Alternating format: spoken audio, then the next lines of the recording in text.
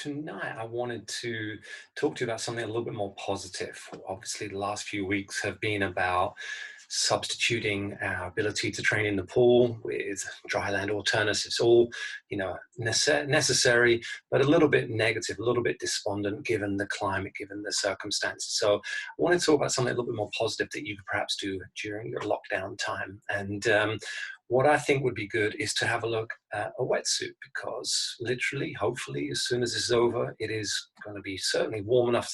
Could have been warm enough this weekend. I know there's braver souls that are out doing crazier stuff all year round, but most of us racing in the British season, need to get out into the open water end of April, start to get ready. There's races in early May, so you want to be ready, you want to be prepared. I've dug out one of my old wetsuits, and I want to talk about a couple of things. Is it worth upgrading? What do you get if you pay more money? How to make some simple repairs, and some of the things, what makes them uncomfortable. So let's start with, if your wetsuit has a hole in it, and I might be able to show you this. There's a couple of different things that generally happen. Most damage is self-inflicted as you put them on. If you forget to trim your nails, put some sort of gloves on, and I highly recommend putting some sort of barrier over the nails, because it is a very expensive piece of equipment, and you will want to look after this.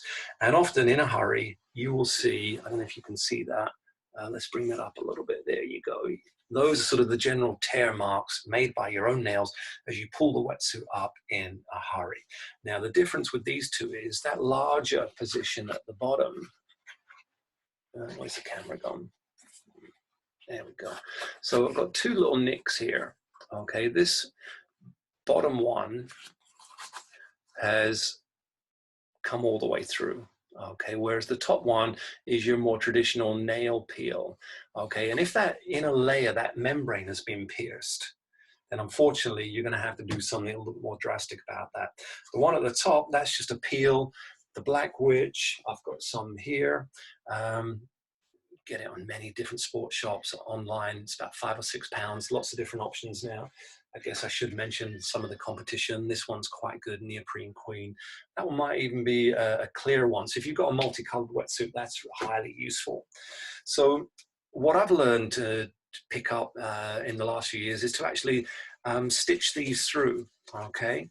With some dental floss, nothing too elaborate, just a simple turn it inside out, find that hole, put a few stitches through there, cover it all, and then you come back outside, and then you just get some glue into where it's stitched through, and then glue it, leave it to set, and actually sort of where that hole is, okay, turn that over, and so you sort of apply some pressure so it really glues into itself. And you can use some pegs. I found this in the fridge attached to some coffee.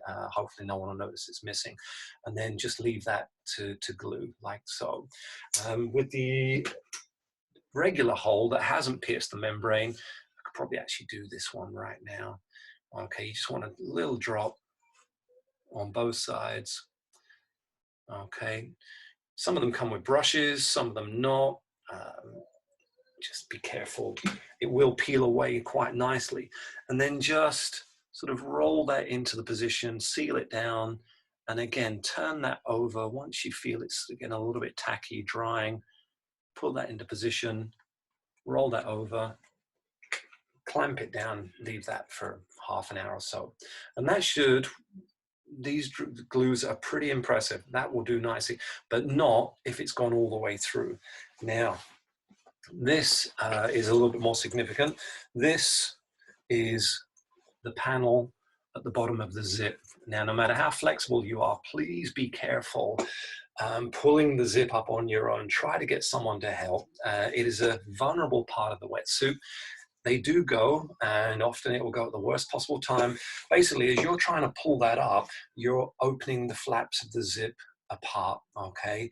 If someone's with you, they'll be able to put a hand at the bottom, keep that together, and then just nudge that up, keep it aligned, keep it together, and that will do a much better job. And people are friendly in transition.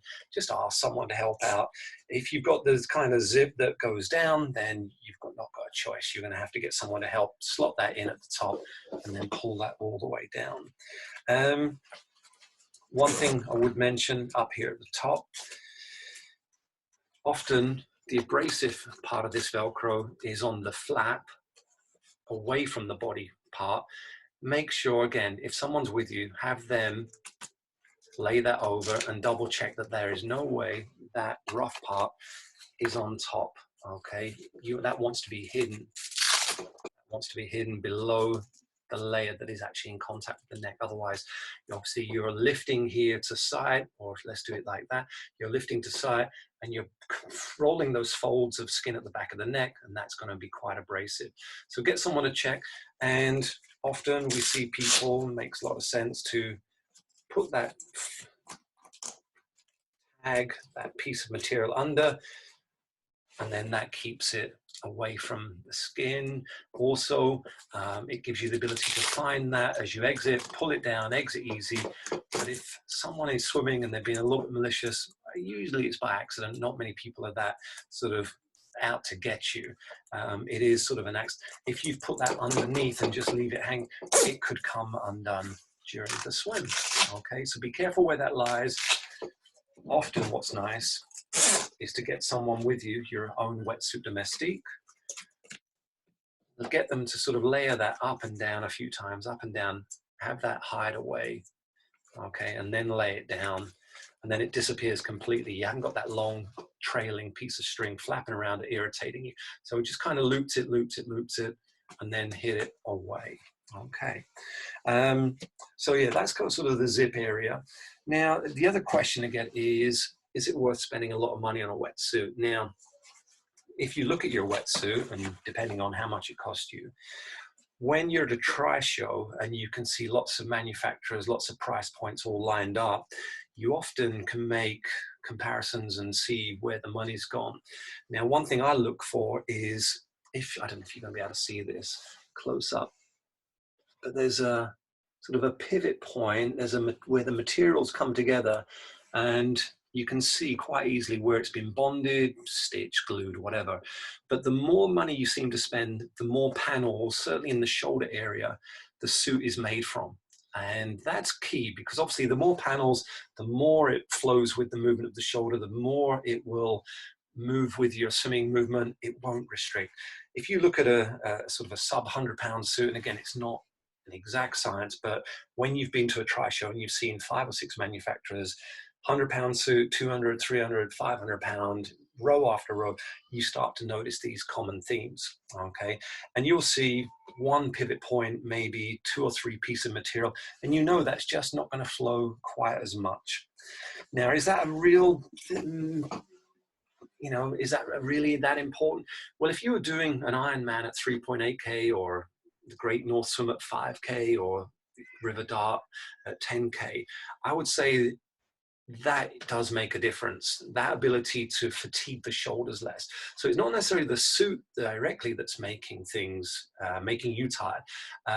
It's actually what the lack of maneuverability is doing, because your shoulders are being encouraged to fatigue because they're working that little bit harder, because the suit is not really supple to work with you. So you look at a 500-pound suit, you can see 9, 10 panels coming together, lots of these sort of points, joints where they meet, and you can know that that's going to flow with you. Under sort of 30 minutes of swimming, I don't think that's going to make that much difference. It's sort of, an hour plus, you're really going to sort of see the fatigue build. So is it worth spending a lot more money? Just depends on what sort of race, what event you're doing. Obviously, if you've got the money and you want a nice flash suit, they're all made generally of the same sort of material. There's one manufacturer that's done a really nice job of putting a coating on this neoprene, and most of the manufacturers use the same material. They're just colored differently, designed a little bit different in terms of the thickness of the panels. None of them can be thicker than 5 millimeters anyway. So that's sort of another limitation, that nobody can be really that much more buoyant. And actually the ironic thing is, as your technique improves, as you become a better swimmer, you don't want your suit to be overly buoyant. You don't want to be sitting sort of really excessively high, because then the body position won't be natural that you've trained in all year round, and you will suffer. You want to sit a little bit more neutral so you can engage the hips, use the legs. The arms and the shoulders are switching as you rotate from side to side. You've got your catch. You don't want it too buoyant. It's a little bit of a myth that, you know, buoyancy makes you faster. Actually, if you've been in an excessively buoyant wetsuit, you might actually find, what with the combination of the sighting and the feet, really, you might actually get a sore back. We hear about this once in a while. As you've sort of been lifting the sight at the front, the back is getting strained because the buoyancy, you've got your 5 mil panels all the way down to the ankles, and you're literally a banana shape in the water. Some of the suits you'll often see with some fancy forearm panels, okay, dimples, ridges, a change in material, sometimes textile. Make sure they are lined up underneath. When you turn your arm over, you do get them sending, facing towards the feet. Often I see them slipping around the sides, and you've got the smooth material underneath, and that's going to slip. And really, you want all of those rippled edges, the dimples, whatever it is, disturbing the water, making it just a little bit more turbulent, so you can actually hold it, anchor a little bit more effectively, and have the body travel over. So look out for those forearm panels. Okay, they can be helpful if they're in the right position. What else about the wetsuit?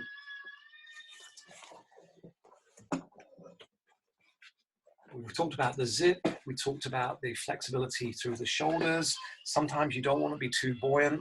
We've spoken on how to fix them, which one to choose. Let's see if this has come together. There we go. It's just left a little bit of an edge. I might do the other side where I've rushed it a little bit. Okay, but the Black Witch does a really good job of fixing that through. This one, like I said, it's got the hole, it's pierced the membrane. I'm probably going to have to stitch that one through.